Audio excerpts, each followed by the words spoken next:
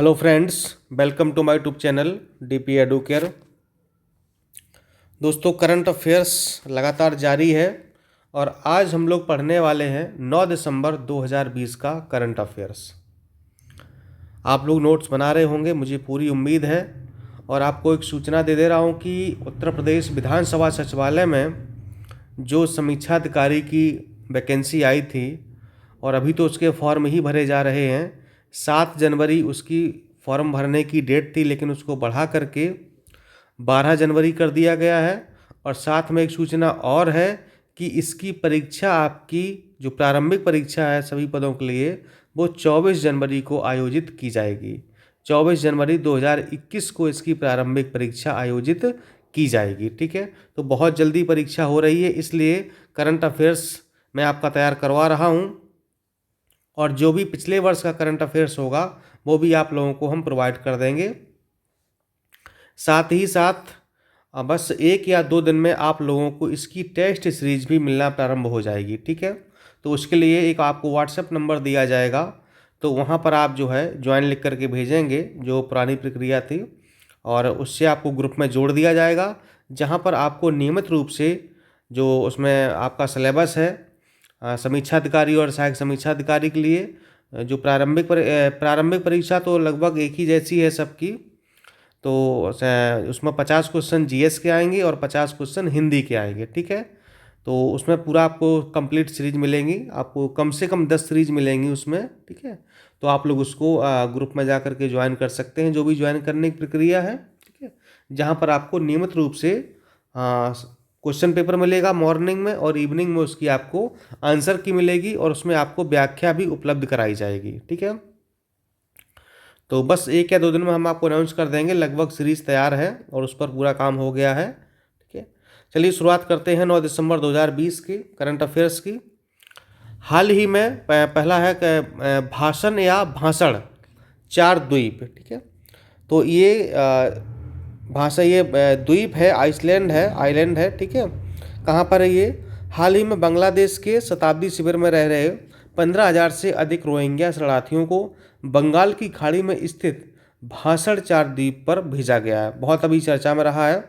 जो बांग्लादेश में 15,000 से रोहिंग्या शरणार्थी थे जो कि वहाँ पर रह रहे थे, उनको बसाने के लिए जो बंगाल की खाड़ी में है एक भाषण द्वीप, वहाँ पर उनको भेजा गया है। वहाँ पर इनकी बसावट की गई, वहाँ पर ये लोग रहेंगे। इंडो आर्यन जाति समूह के रोहिंग्या लोग राज्य रहित स्थिति में म्यांमार के रखाइन प्रांत में रहते हैं। जून 2015 में बांग्लादेश सरकार ने अपनी आश्रय परियोजना के तहत रोहिंग्या शरणार्थियों को भाषण द्वीप पर पुनः बसने का फैसला किया था। ठीक है, किस योजना के तहत? आश्रय योजना के तहत इनको भेजने का प्लान किया गया था। भाषण 4 द्वीप का निर्माण 2 दशक पहले मेघना नदी के मुहाने पर गाद द्वारा निर्मित द्वीप के रूप में बंगाल की खाड़ी में हुआ था।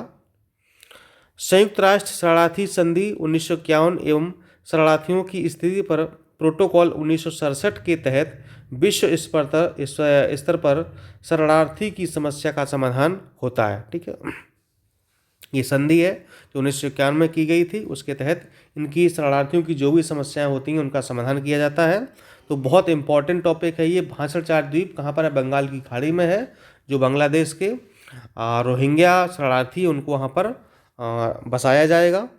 नेक्स्ट है संयुक्त राष्ट्र निवेश संवर्धन पुरस्कार 2020 किसको दिया गया है? तो हाल ही में अंकटाड ने इन्वेस्ट इंडिया को संयुक्त राष्ट्र निवेश संवर्धन पुरस्कार 2020 का विजेता घोषित किया है।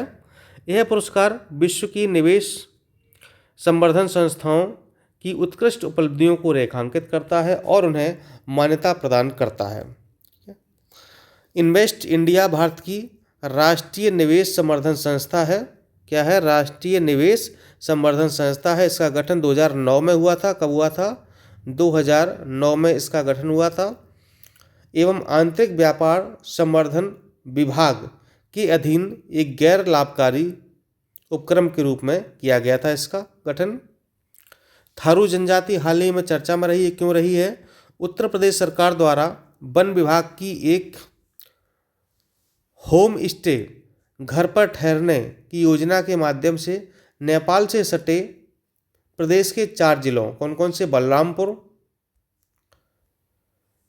बहराइच, लखीमपुर और पीलीभीत के थारू गांवों को जोड़ने के लिए कार्य किया जा रहा है। इन चारों जिलों में ये जो जनजाति है बहुत ज़्यादा निवास करती है। इसका उद्देश्य ये है कि थारू जनजाति के प्राकृतिक निवास स्थल जैसे जंगलों से एकत्रित घास की बनी पारंपरिक झोपड़ियों आदि में रहने का अनुभव प्रदान करना है। योजना के तहत या योजना के द्वारा जनजातियों को रोजगार दिया जाएगा और आर्थिक स्वतंत्रता प्रदान करने का प्रभाव किया जाएगा या प्रबंध किया जाएगा। थारू नेपाल तथा भारत के उत्तराखंड, उत्तर प्रदेश और बिहार में रहते हैं। ठीक है, तो भारत के जो प्रमुख उत्तर प्रदेश में जो प्रमुख जिले हैं वो आपको ऊपर 4 बताए गए हैं। ओडिशा में हाथी गलियारे, बहुत इंपॉर्टेंट न्यूज़ है। राष्ट्रीय हरित अधिकरण ने ओडिशा सरकार को 14 चिन्हित हाथी गलियारों के लिए एक कार्य योजना तैयार करने का निर्देश दिया है।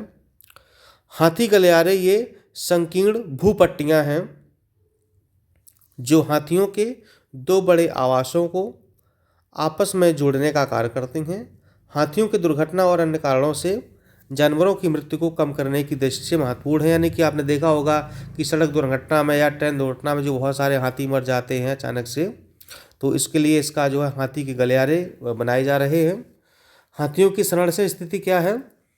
वन्य जीव संरक्षण अधिनियम 1872 के अनुसार अनुसूची 1 में, IUCN रेड लिस्ट लुप्तप्राय से संबंधित है और CITES ये परिशिष्ट है जिसमें ये इन सब जानवरों की सूची दी गई है। माउंट एवरेस्ट की नई ऊंचाई, ठीक है, तो नेपाल और चीन ने विश्व के सबसे ऊंची पर्वत चोटी माउंट एवरेस्ट की संशोधित ऊंचाई कितनी कर दी है? 8,848.86 मीटर।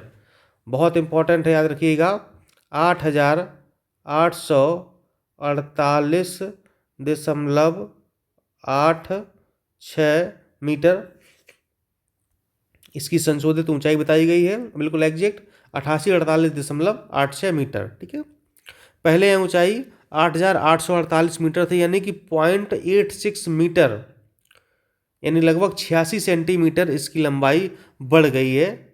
ठीक है, तो पहले की तुलना में लगभग 0.86 मीटर ऊंची हो गई है। मेरा कोविड केंद्र ऐप, ये एप्लीकेशन का नाम है मेरा कोविड केंद्र, ये उत्तर प्रदेश सरकार ने लॉन्च की है। ऐप के माध्यम से 5 किलोमीटर के दायरे में, कितने, 5 किलोमीटर के दायरे में कोरोना टेस्ट सेंटर का पता लगाया जाएगा। यानी कि हमारे 5 किलोमीटर के आसपास में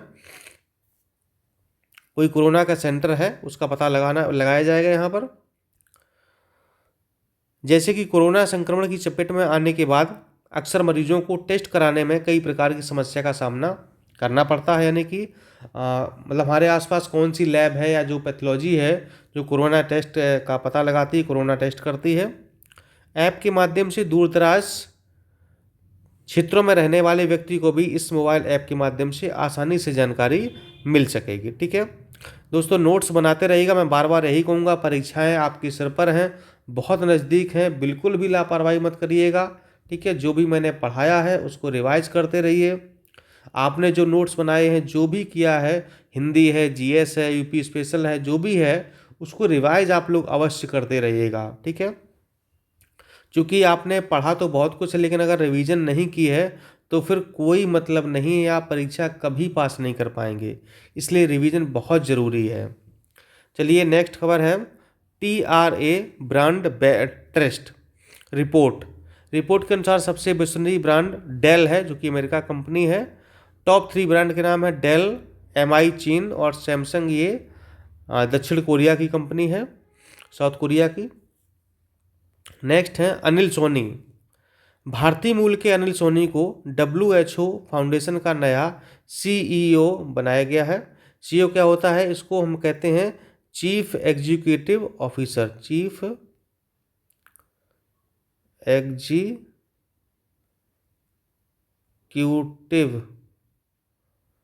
ऑफिसर। ठीक है, मुख्य कार्यकारी अधिकारी इसको कहा जाता है। WHO वर्ल्ड हेल्थ ऑर्गेनाइजेशन, विश्व स्वास्थ्य संगठन, जो WHO फाउंडेशन है उसके इनको CEO बनाया गया है। WHO की स्थापना कब हुई थी? 7 अप्रैल 1948 को इसकी स्थापना हुई थी। 7 अप्रैल 1948 को WHO की स्थापना हुई थी। इसका मुख्यालय स्विट्जरलैंड के जिनेवा में है और इसके अध्यक्ष हैं टेड्रोस एड्रेनॉम। नेक्स्ट है मार्गरेट कीनन। मार्गरेट कीनन फाइजर कोविड-19 वैक्सीन का टीका लगवाने वाली दुनिया की पहली व्यक्ति बन गई हैं। यह ब्रिटेन की हैं और मार्गरेट को टीका लगाए जाने के साथ ब्रिटेन के सामूहिक कार्यक्रम की शुरुआत भी हो गई है। ठीक है, इन्होंने जो कोविड का टीका आया है तो उसको सबसे पहले लगवाया वैक्सीन को। मानवता के प्रणेता महर्षि अरविंद पुस्तक, यह पुस्तक रमेश पोखरियाल निशंक द्वारा रचित है। रमेश पोखरियाल निशंक भारत के केंद्रीय शिक्षा मंत्री अभी हैं, वर्तमान में हैं शिक्षा मंत्री। और अंतिम है आई मोबाइल ऐप, आई मोबाइल पे ऐप, आई मोबाइल पे ऐप है ये। ICICI बैंक ने इसको जारी किया है, लॉन्च किया है। परीक्षा में आ सकता है, बहुत इंपॉर्टेंट है आई मोबाइल पे ऐप। आई मोबाइल पे ऐप का नया वर्जन इंटर ऑपरेबल है और अब उन ग्राहकों को भी भुगतान और अन्य बैंकिंग सुविधाएं उपलब्ध कराई जाएंगी जो ICICI बैंक के खाताधारक हैं। ICICI बैंक एक निजी क्षेत्र का बैंक है। ICICI होता है, ये सही लिखा हुआ है, आप इसको देख लीजिएगा, ICICI। ठीक है, कहीं वो ग्रामेटिकल मिस्टेक हो जाती है। ठीक है, तो आप लोग उसको सही कर लीजिएगा। तो ये हो गया आपका आज का 9 दिसंबर का करंट अफेयर्स। ठीक है, और विधानसभा की सीरीज जल्दी आपको मिलने वाली है, तैयार रहिए आप लोग। ठीक है, मिलता हूँ अगली वीडियो में। नमस्कार।